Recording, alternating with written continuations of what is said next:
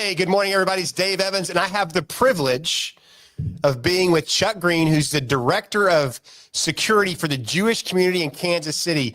But more importantly, or as important, he used to be the director of the Secret Service for Kansas City. And small world has it, we know some people, which is kind of cool. It's always fun. You took the job over in 2017, February, correct? That is correct. You've been helping the Jewish community in Kansas City with security needs across the gamut. So is it fair for me to say that you are an expert on security and what it looks like in the Kansas City area? It depends on who you ask, but I would say yes. I always tell people that I will give them my best answer. It's not always the popular answer, but it is the tried and true way of doing things when I move in a certain direction on security stuff. So, there's a lot of things that are changing in the world and with security as we're talking now. There's things that are coming up and new and not tested things. So it takes a little while for some of those things to break through and get out. So I think we can both agree. We always have tumultuous times in the United States. There's always something going on.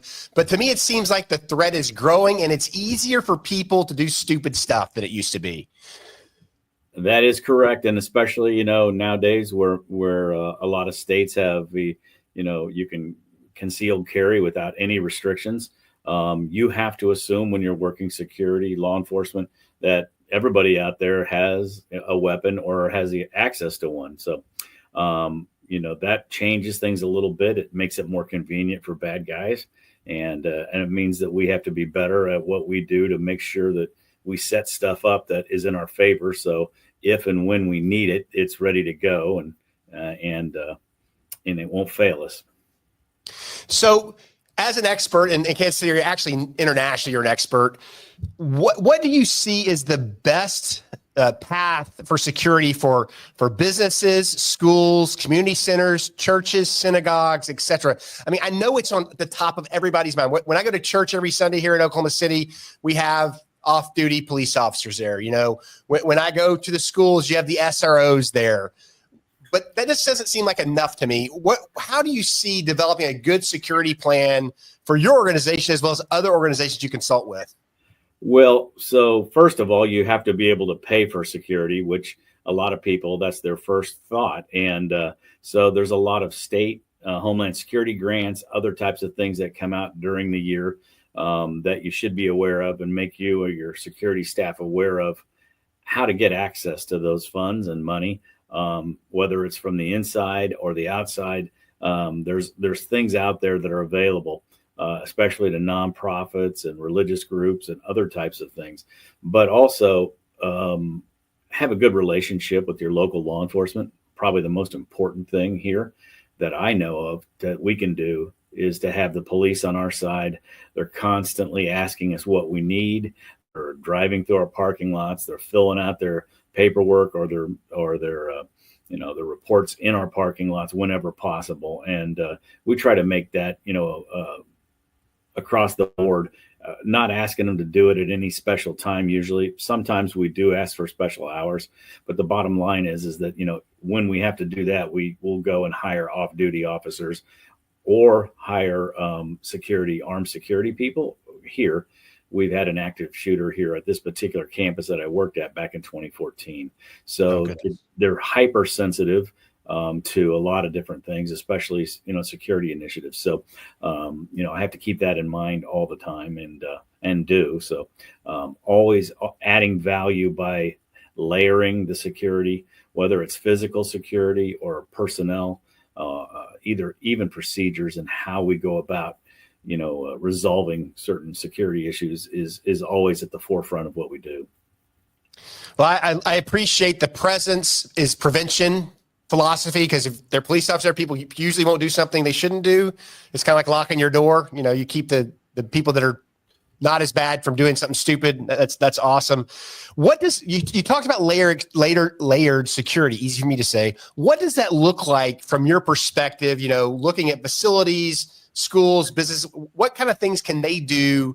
The easy stuff and the costly stuff that you see people doing that's effective. Well, so first of all, when I start out with a facility and in the Secret Service, when I did this all the way from a young agent to a supervisor who looked over this stuff, you look at the perimeter. You look at what's in your environment, what's all around you, 360 degrees, not just what's on the surface, what's above you, what's below you. Might be a pipeline, right, runs right under your facility that you didn't know about.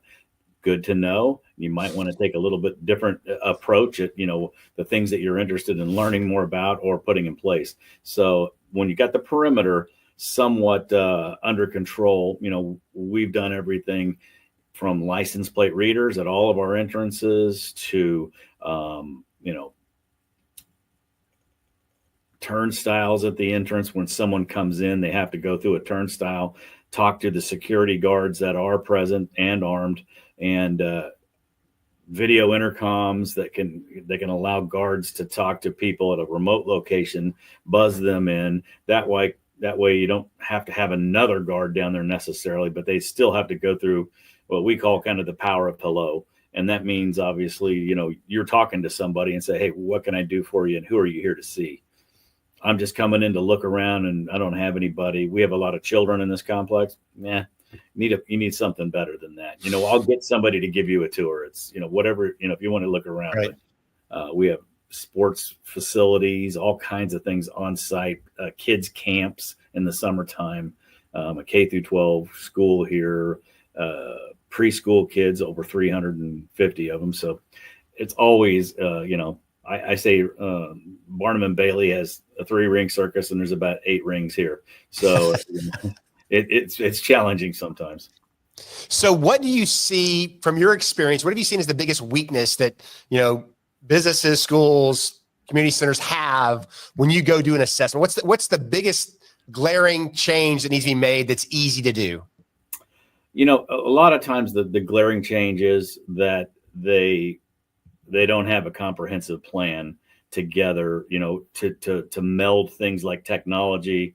And I'm talking simple things like camera systems and personnel access control.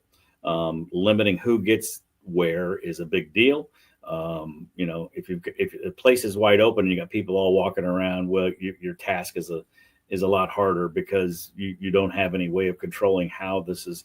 You have to control the environment that you're in as much as you can without making it restrictive and making it like a prison. You want it to flow, but you don't want people to really notice the security as much as it's been put in place. So yeah, I would say more setting up the procedures, policies on how those things work together. And so if you've got a camera system that has 150 cameras, but there's nobody watching it, I mean, it's you're going to need, and nowadays with AI and other kinds of programs, it will allow you to, the system will tell you when there's something that's out of the normal and it will alert someone, but someone still needs to be there to take care of that issue. So that's usually the problem, that they don't have that person. It may be a receptionist, it may be a security guard, it may be, just a volunteer, but it is what it is. And even volunteers, and I tell them all the time when I brief them, they can make a big difference. You don't have to have a gun or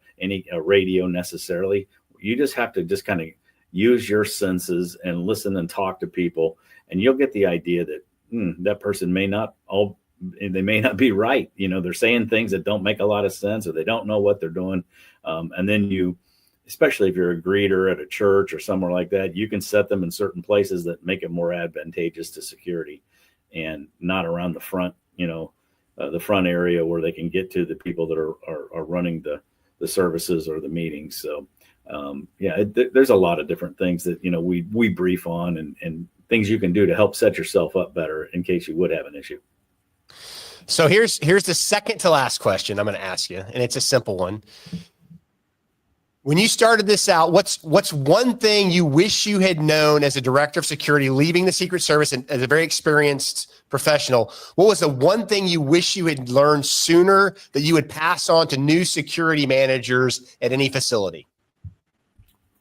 Well, I tell you what, a lot of it has to do with knowing the stakeholders that are involved. Like here at this particular campus, there's 7 or 8 different agencies with their own boards of directors, All of them are doing different things. Some are social service agencies, some are religious agencies, some are school facilities, like I said, sports and fitness. There's all kinds of things, but knowing that the needs of all of those different people differ, and that you're going to have to be flexible and accommodate all of them, and getting a close relationship with the hierarchy of those agencies, so you can learn quickly as to what their needs are, and how it's going to be best to serve them. For instance, setting up a guard booth at the entrance with a beam that drops up and down every time somebody comes in isn't a good aesthetic for some of the agencies that are here. So they're like, I don't think that's going to work. Other ones are like, yes, this is great. Let's put up a wall and some concertina wire as well. And then it just, so immediately it's the back and forth between the agencies. So, actually coming up with ways to do things that accomplish your security goal, and you put the seed in their ear as to, hey, this is how we really should go with this, and this is how we're going to make it happen. You can save yourself a lot of time and a lot of pain by doing it that way, and kind of more from a people approach to figuring out what they need and what they want. That's some great advice. The people are first. They're all different. They're hard in anything you do. So here's my last question. My favorite question to ask people from Kansas City. What's your favorite barbecue place? Tough one. I know it's a tough one. I've been here for a long time as the head of the Secret Service, and been to almost every barbecue place. And I have several favorites in the surrounding towns too. I was just up in Lawrence, Beamer's Barbecue. All right. Cops will take you to the places that they know best. And so, but here in Kansas City, I would say Q39. All right. I'm taking a note. Probably the favorite for now. All right. I haven't been there yet. Joe's is always good. And that's Oklahoma Joe's. Oh, it used to be so. So I'm a Memphis kid, so I love barbecue. So whenever I can ask an expert, lives in a city with expert barbecue, it's good to know where to go eat next time I'm up there.